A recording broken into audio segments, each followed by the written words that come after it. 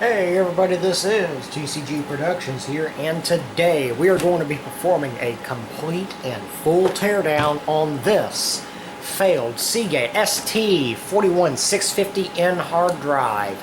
You've seen this if you have watched my recent SCSI Upgrade video on the 1993 Gateway 486 system, then you've seen this drive on video before. And if you watched the end of that video, or happen to manage to watch the end of it I should say, then you know that this drive has failed. It is absolutely and completely, well, it's not 110% absolutely and completely dead, but it's about 99.5% of the way there. So, so we're going to be tearing this drive down.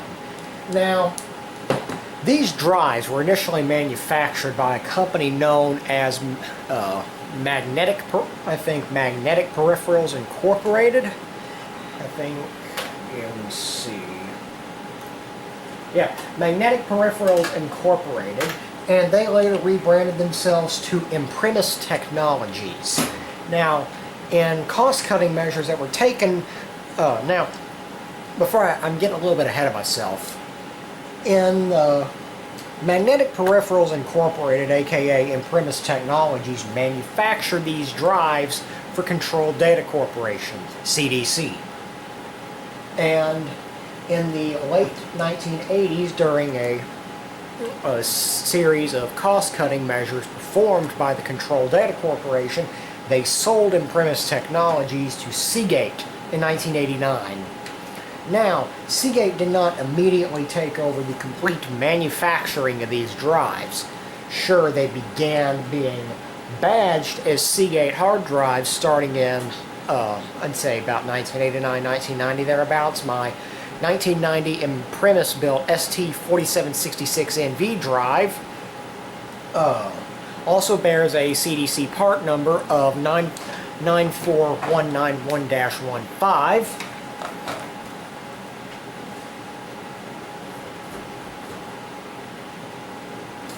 And it actually identifies itself to the SCSI controller as a CDC 94191-15 drive.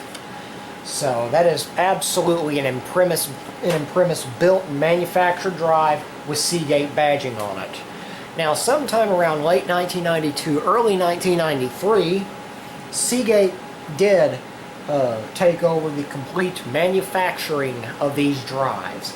This is one of them. It is a Seagate ST41650N drive, and there's a couple of differences between the Imprimis built drives and the Seagate built drives.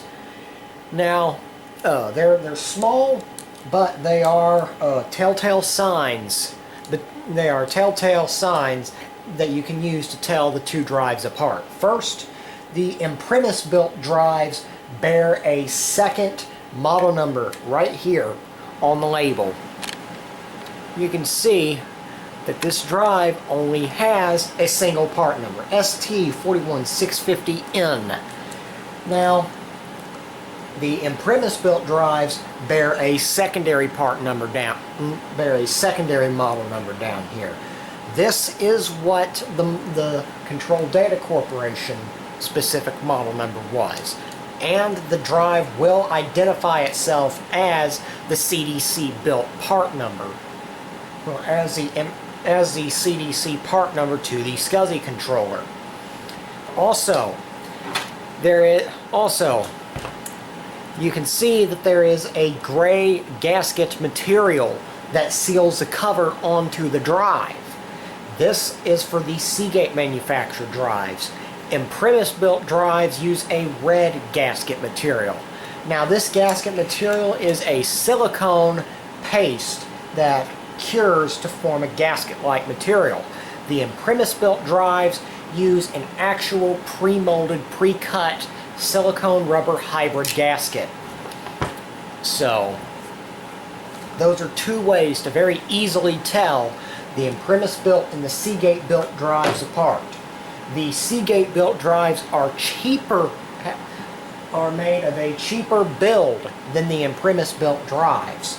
This drive I weighed it with the most of the screws out of the cover, and it weighed 6 pounds 15 ounces. So with the screws in and everything, this drive probably weighs an even 7 pounds.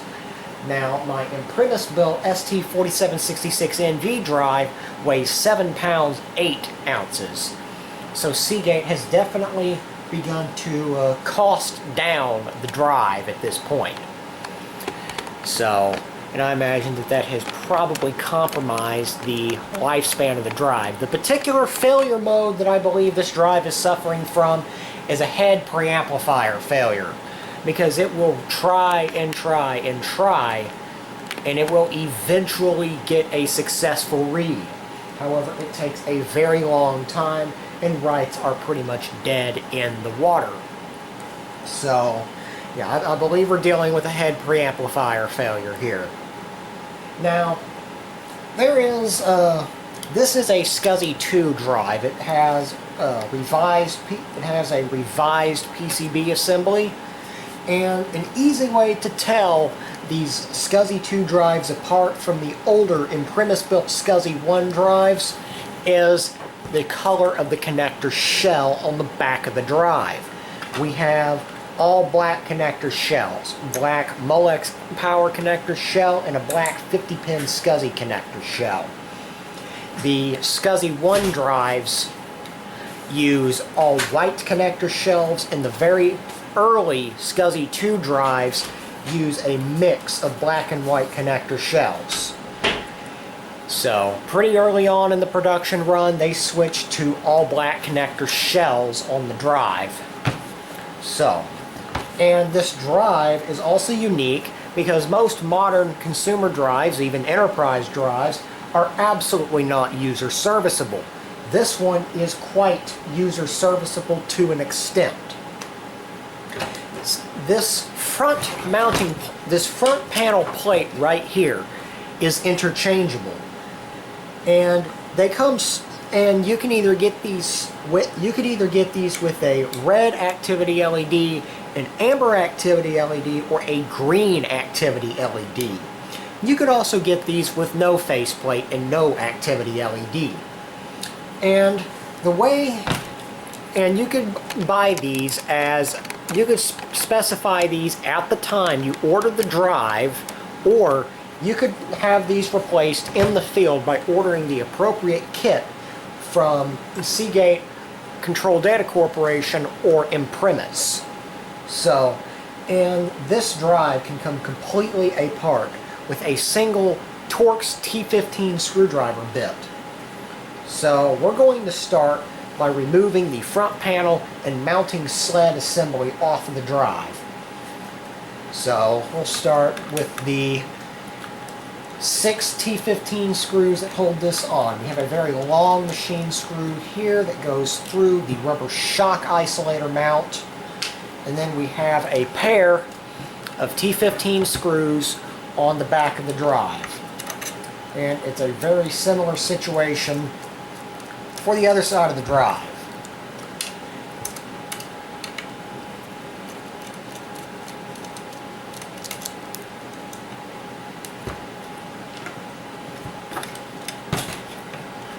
And again, it's pretty much the same thing for the other side of the drive.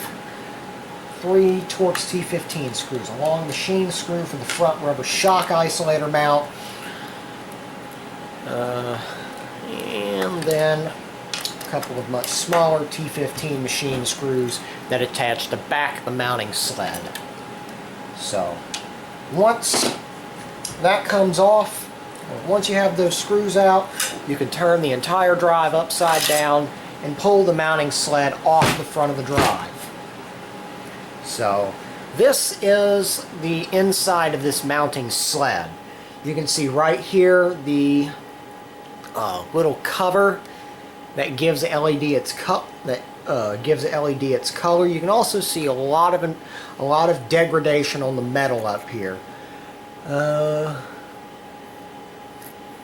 I'm willing to bet that it's probably either moisture related well, maybe moisture related, or it's due to an incompatibility between the material that affixes this plastic plate to the mounting sled and the metal used in the mounting sled. You can also see the rubber shock isolator mounts on each side here. This serves to mechanically isolate the drive from the rest of the computer in which it is mounted. And it doesn't have a particularly great smell to it. Yeah, probably an incompatibility between the glue and the metal.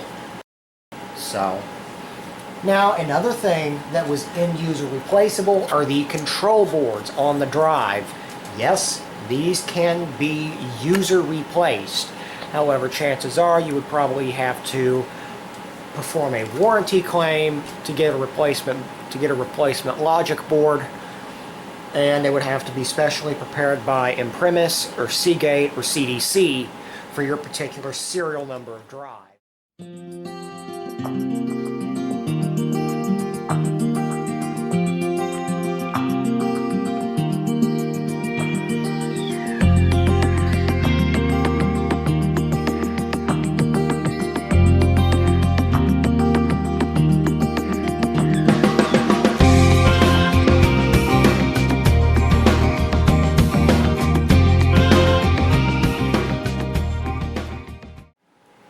There are a pair of connectors here. We have a connector over here on this side of the drive, and that actually connects the head stack to the drive. And then we have a connector over here that connects to the power board on the back of the drive. So those two come off, and then you have 4 more Torx T15 screws with lock washers to get this particular controller board off the drive.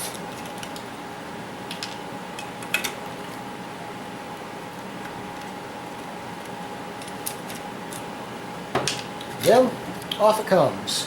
Now this is a single-sided. This is pretty much, for all intents and purposes, a single-sided PCB. As you can see, the only thing on the back here is the connector shells, an LED, the activity LED, and then a single, well, it looks like a rework. Looks like a bit of rework going on here, probably to fix a bug in the PCB routing. Looks like we're just tying, yeah, it looks like we're just tying the ends of our resistor networks to ground, so. And then we have a cardboard spacer here that prevents the logic board from shorting out against the drive. And then the next PCB on the list is the power board PCB. So again, it's a pair of T15 screws.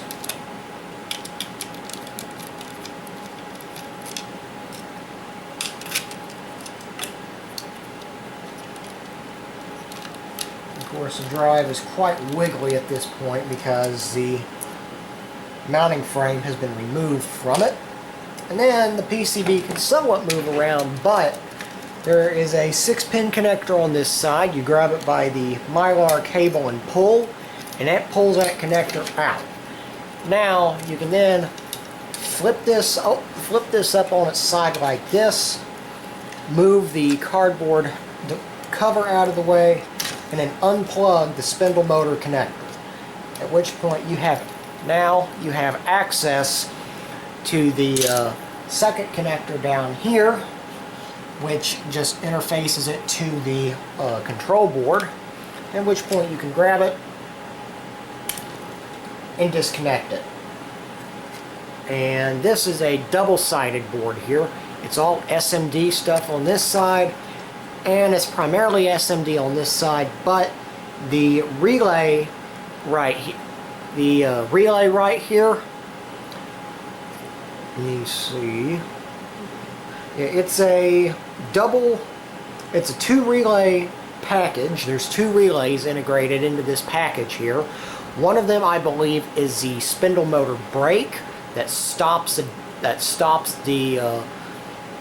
platter stack when the brake is applied and the drive is spinning down. And then there is a start relay that turns off the power to the spindle motor start relay.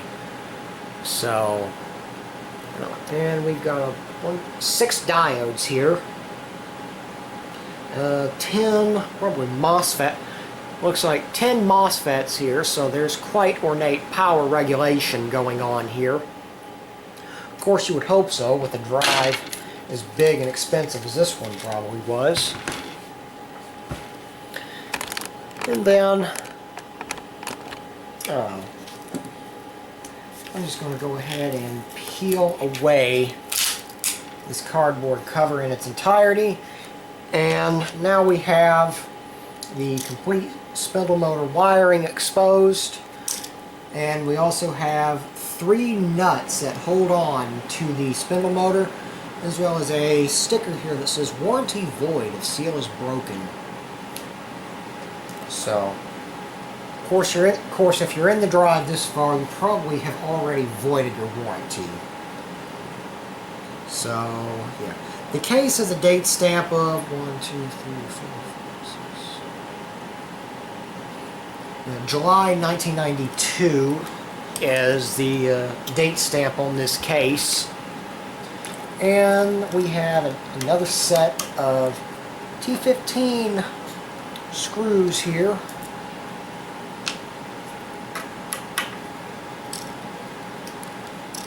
For the other side of this mounting arrangement. And then the rubber mounts come loose. And the whole thing is free to move around now. So, and then we have a nut right down here for the spindle motor, for the head stack assembly.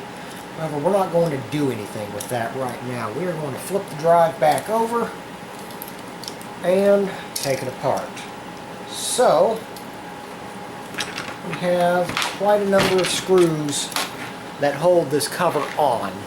1, 2, 3, 4, 5, 6, 7, 8, 9, 10, 11, 12.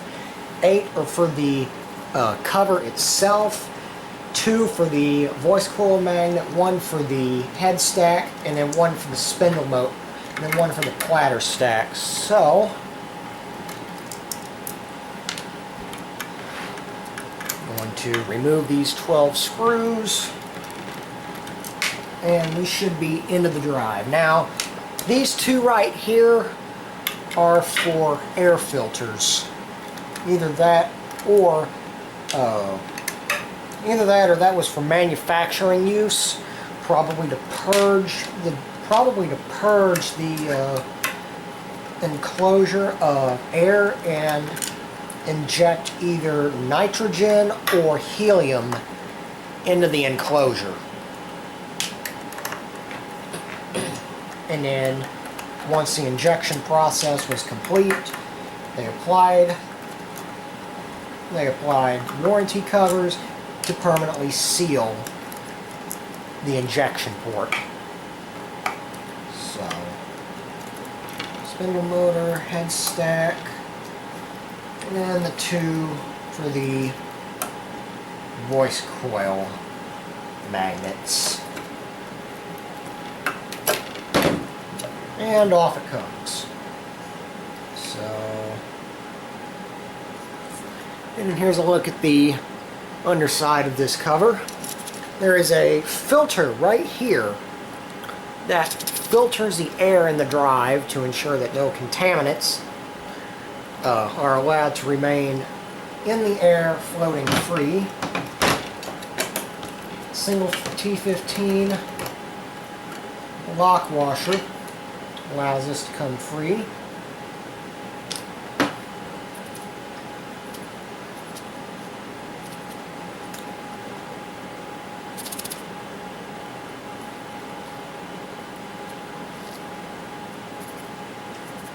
or what that is in there.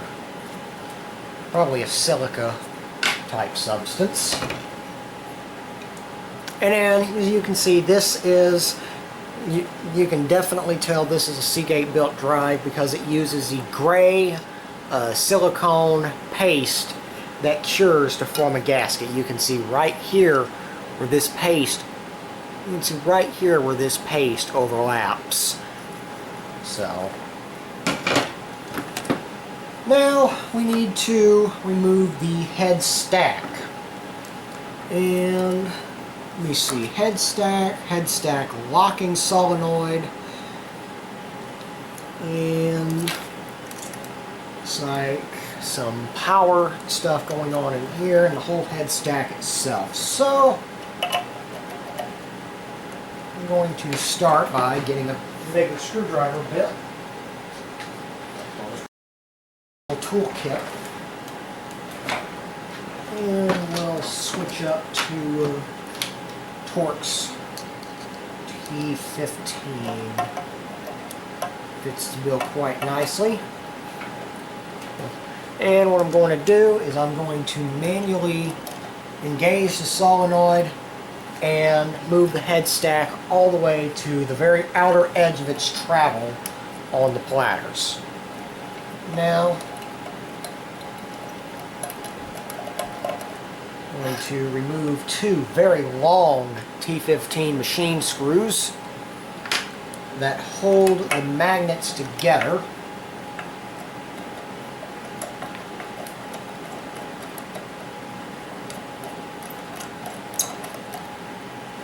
That's tight. The magnets are trying to pull themselves together at the back.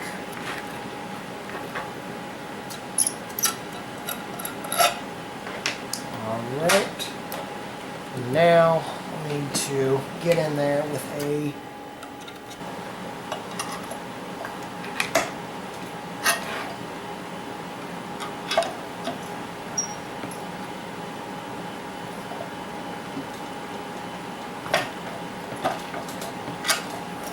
that's not going to work.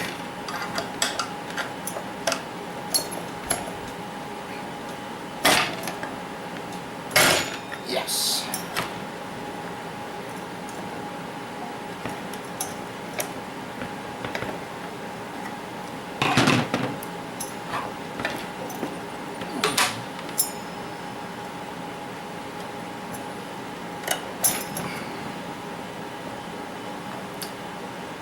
These are some seriously strong magnets. Alright,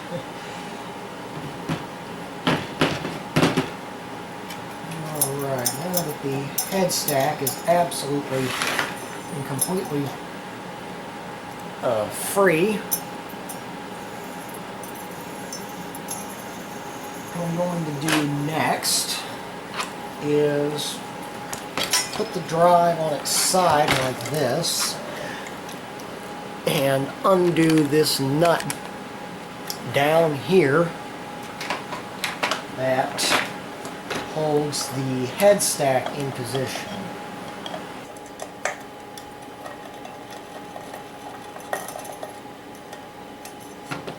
Yeah, there's a big old air filter here.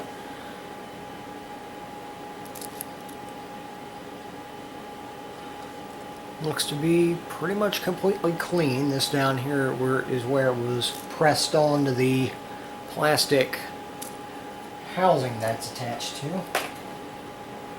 Here's a solenoid unit out of the drive.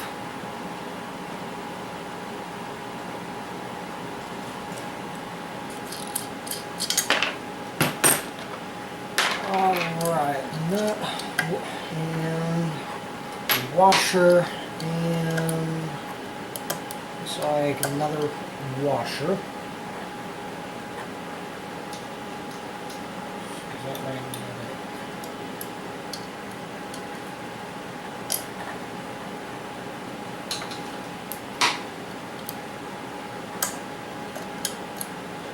Yep, so a nut and two washers.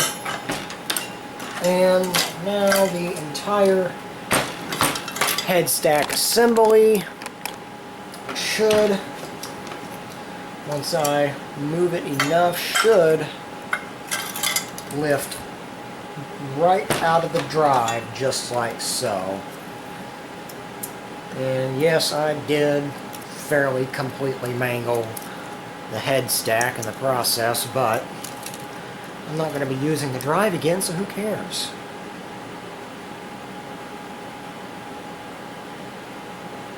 So we'll probably tear this head stack apart later.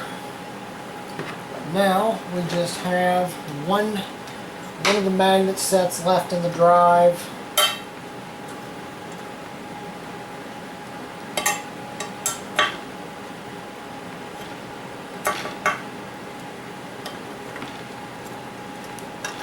And then the spindle motor stack. Well, the entire platter stack.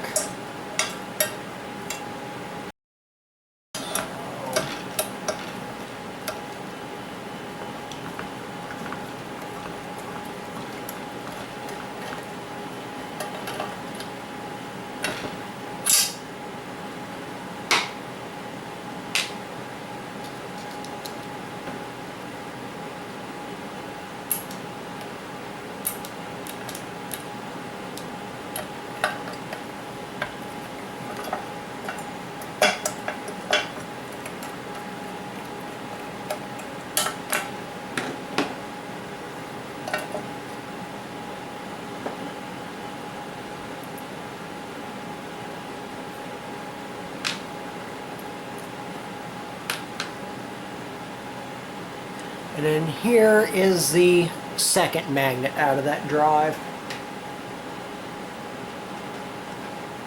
So definitely want to keep that away from, well, any hard drives that you might happen to particularly care about. Because these are some decently strong magnets, and you definitely want to keep them away from each other if your fingers are in range, because they will absolutely slam together with no regard to whatever is in their path. And if these two magnets ever do come slamming together, whatever is in the way of them will probably end up being crushed. So try to avoid that if it is at all reasonably possible. So now we just have the platter stack left in the drive and the spindle motor. So back camera off a little bit. These are T15s. So we'll start by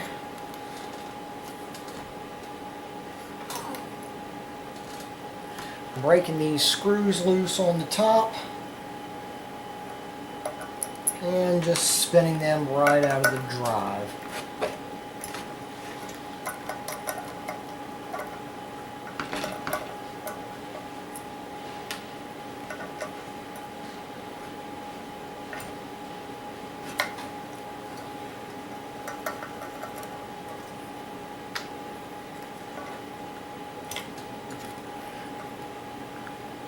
Using the momentum, the inertia of the platter stack to my advantage to help break these screws free. Now imagine at the factory there would either be something connected to the spindle motor to supply power to lock the spindle motor in place, or there would be equipment that would lock the spindle motor into place.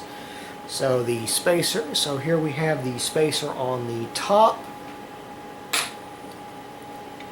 and then we have the first platter.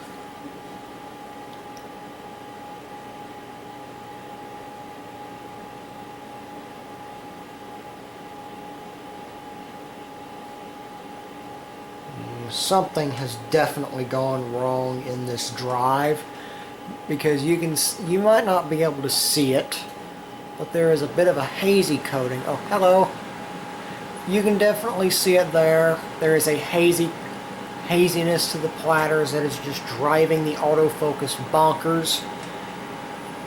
And you might be able to see those rings. There has definitely been some serious head crashing. There's definitely been a serious head crash that has taken place in this drive. So no wonder why it did not work properly. So we might not have a head preamplifier failure. We might just have a crashed out drive with a spacer. And then we have the next platter down the stack. This will be the second platter.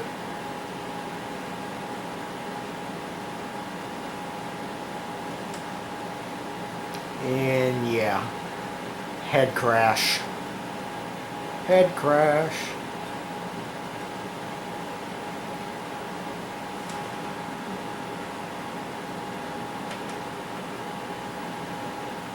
I'm not sure if I'll be able to make it appear, but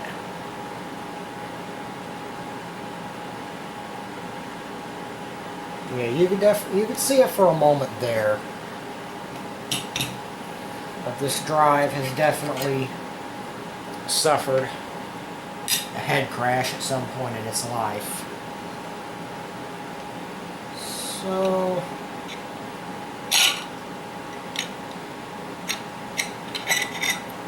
next platter comes up and off, and it's a similar story here.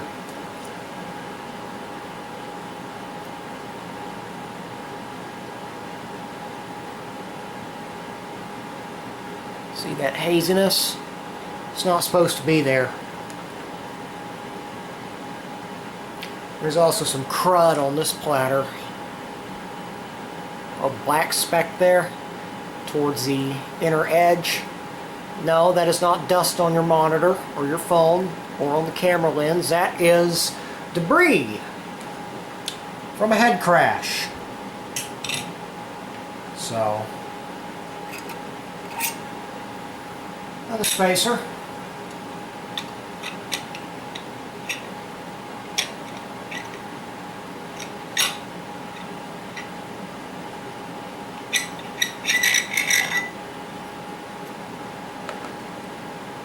Yep, same thing, head crash. Complete with pock marks in the platter. Look at that. I don't think you'll be able to see it.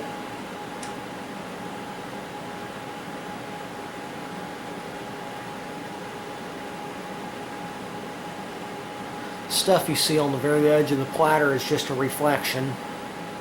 But if I aim this the right way, there is a haze. These should not be hazy. They should be a mirror finish. If they're hazy, then the drive is probably suffering a head crash. So, we have a look at our dust filter.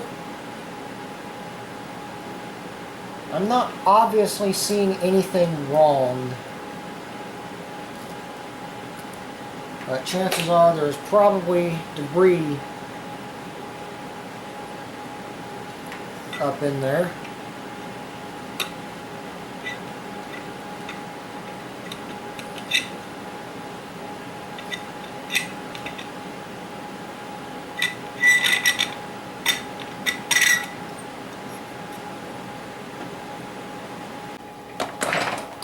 Yeah, I think it's a similar story here. Yep.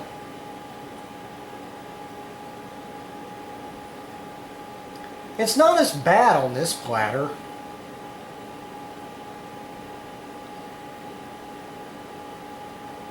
It's bad on this side of the platter is the worst side. But the opposite side of this platter isn't actually that bad.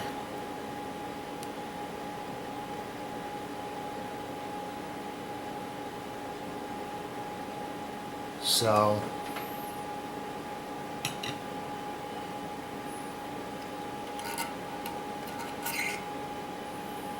Another spacer.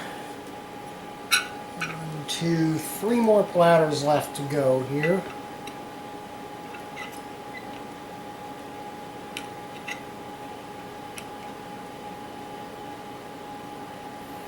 I need some kind of an L tool that can get down there, and there we go.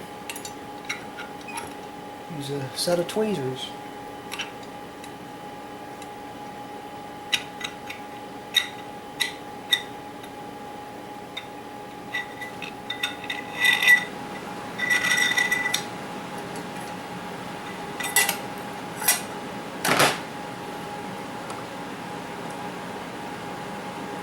Oh yeah, this platter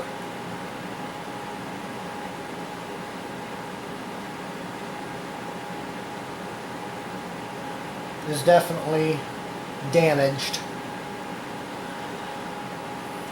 Look. Let me see, where is it? Right beneath my finger there are 2 scratches in the platter's surface. And again, hazy, very hazy. It's definitely hazy.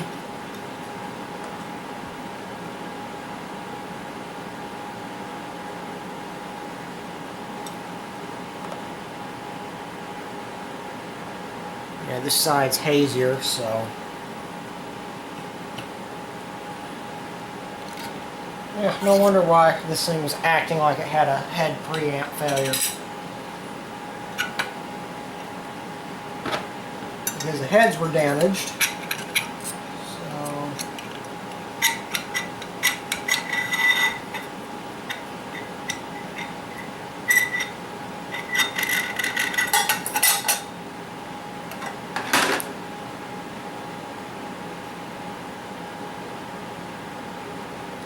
this platter is also damaged.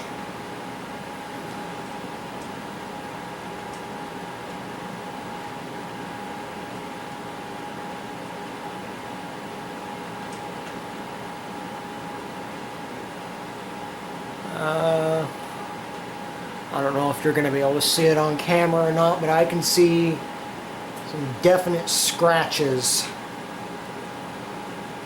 in the platter. This side isn't as bad. It's a little hazy. This side's definitely hazier. So then we have last spacer and the very last platter in the drive.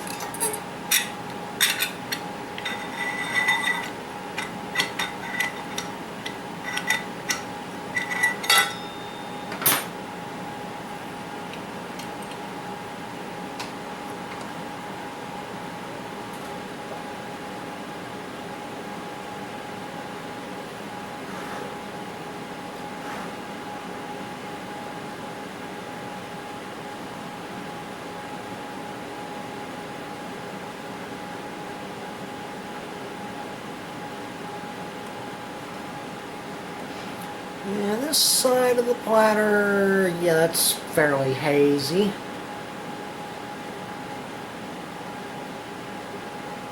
And this side of the platter is a similar story. It doesn't have pock marks in it, but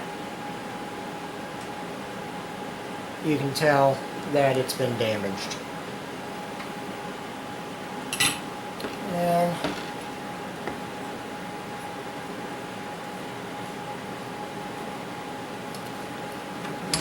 that's just a static item there at the bottom that can't be removed.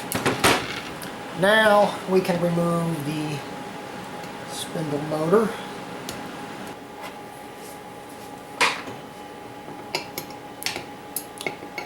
Yep, needle nose will get in there.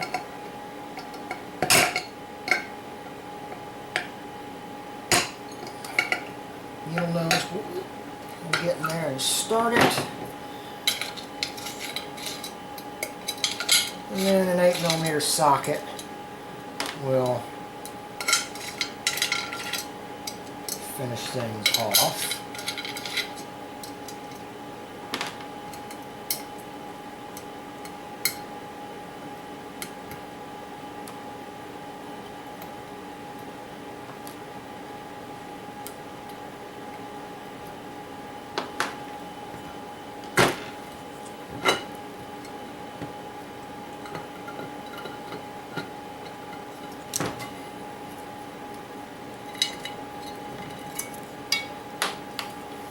And there we go. We have a just about completely stripped bare drive casing.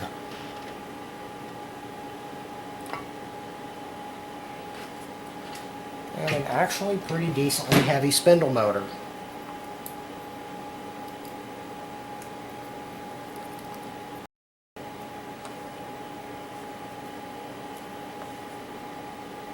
So that will go there. And now we'll tear into the head stack. Well, maybe.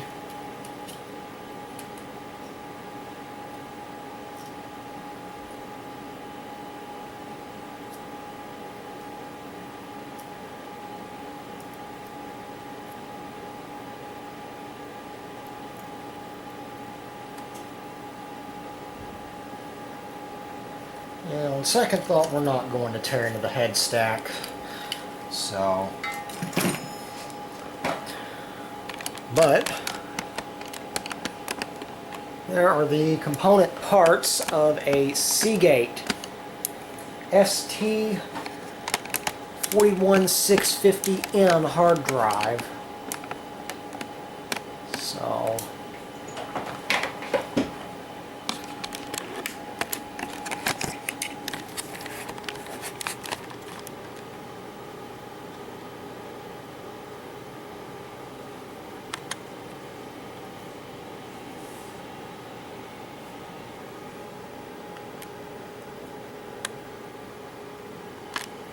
I'm going to go ahead and put the drive back together, and we'll come back then. Okay, we are back. As you can see, the drive is all the way completely back together. And just because I can, I'm going to connect this to power it up, and just see what it does. It probably will not work. So here we go. Nothing.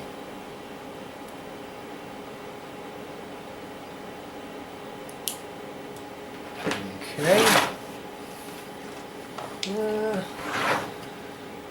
Let's see. Let's jump her on Terminator power and see what happens.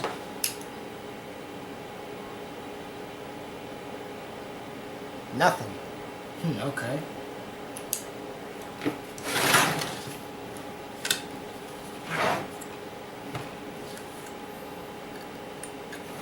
Stick a jumper in a random place. Let's see what happens.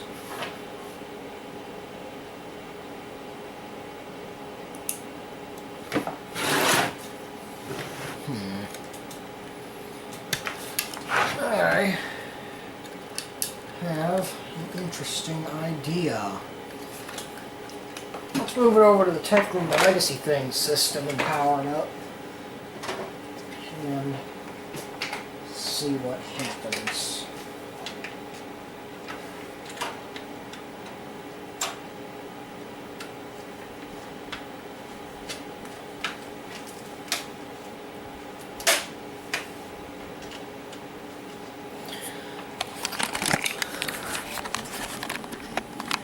Alright.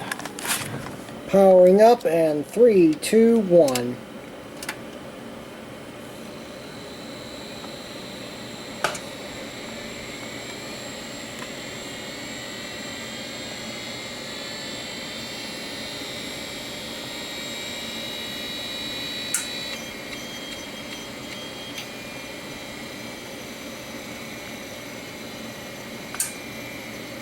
And the drive has spun down. Oh look, we have an error. Insufficient termination.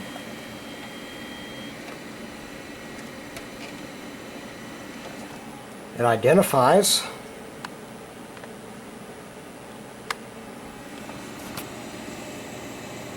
But given how it just spun itself down, we're probably not going to get very far.